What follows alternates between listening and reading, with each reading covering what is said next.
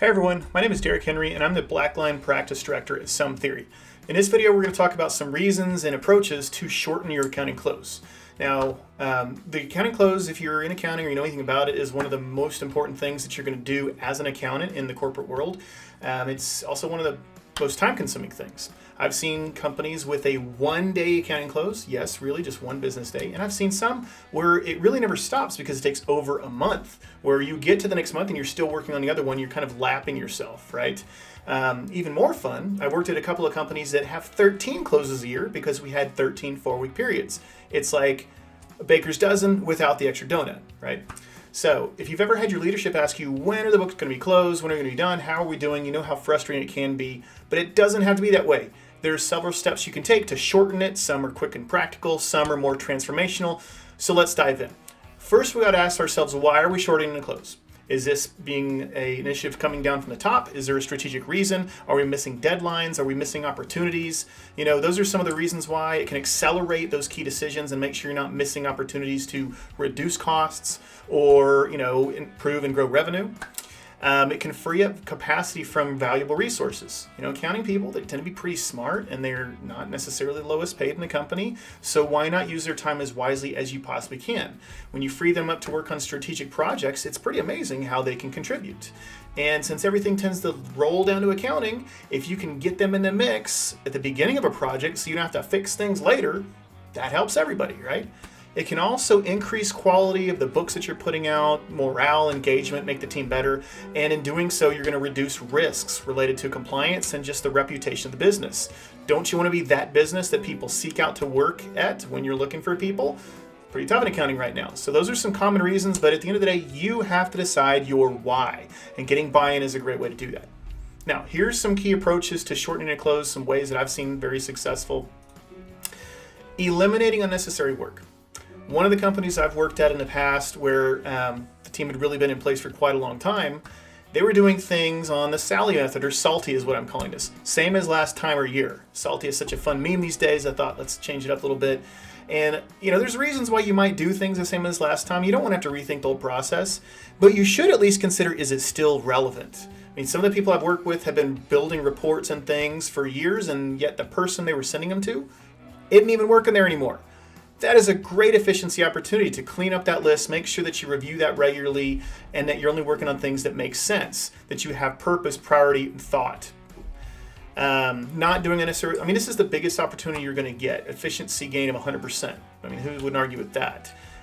It also increases the engagement. When people understand why they're doing something and how it contributes and why it's important, it's just naturally going to be more engaging. So how are you going to do that? List everything that you're doing, the time that's spent on everything, and remove anything that is not relevant and not necessary. It's as simple as that.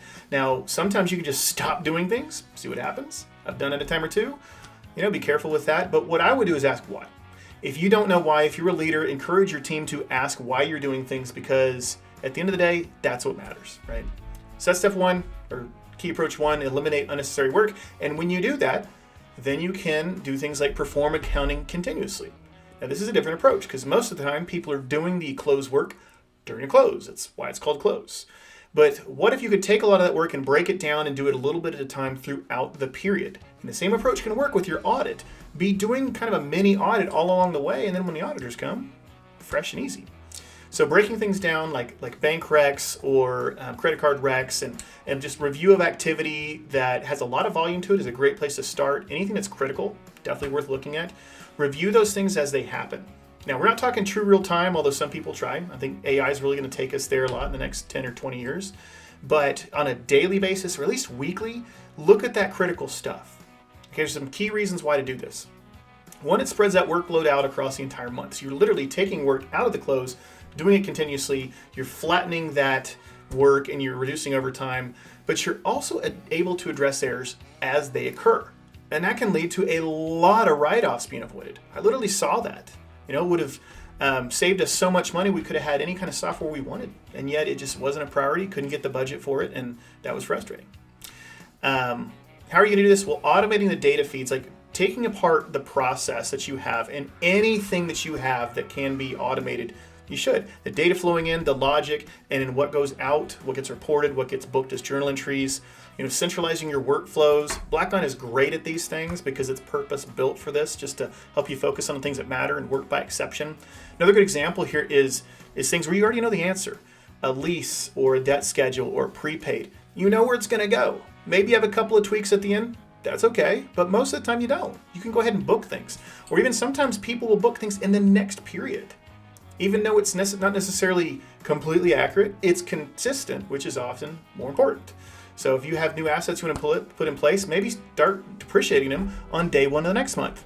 At the end of the day, it's usually not very material. And then the last big tip here is to streamline whatever you can. Now notice I did not use the word automate because that is not the same thing. Streamline or automate is just a component of streamline and efficiency, right?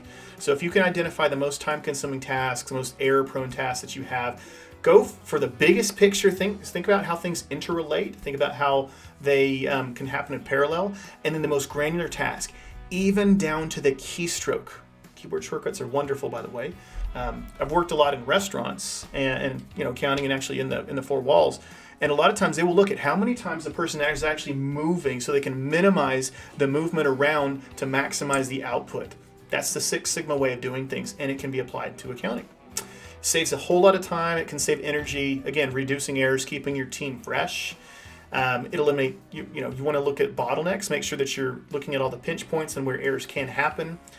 And again, I can't stress enough, working by exception is the right way to do things. People spend so much time looking and getting things right. By the time they've found and identified all the errors, there's just no time to address them. So leveraging automation wherever you can. Go with something like BlackLine. It has a great plan for you to get it up and running quickly and then optimize from there. These are things that really help. Now, for more, please check out our website and our blog where you can read the article that accompanies this. Follow us on social media, especially LinkedIn. Ring the bell so you can be alerted when we share things. And reach out to us if you want more help and learn how you can close books and make your team happy. Thanks for watching and have a wonderful rest of your day.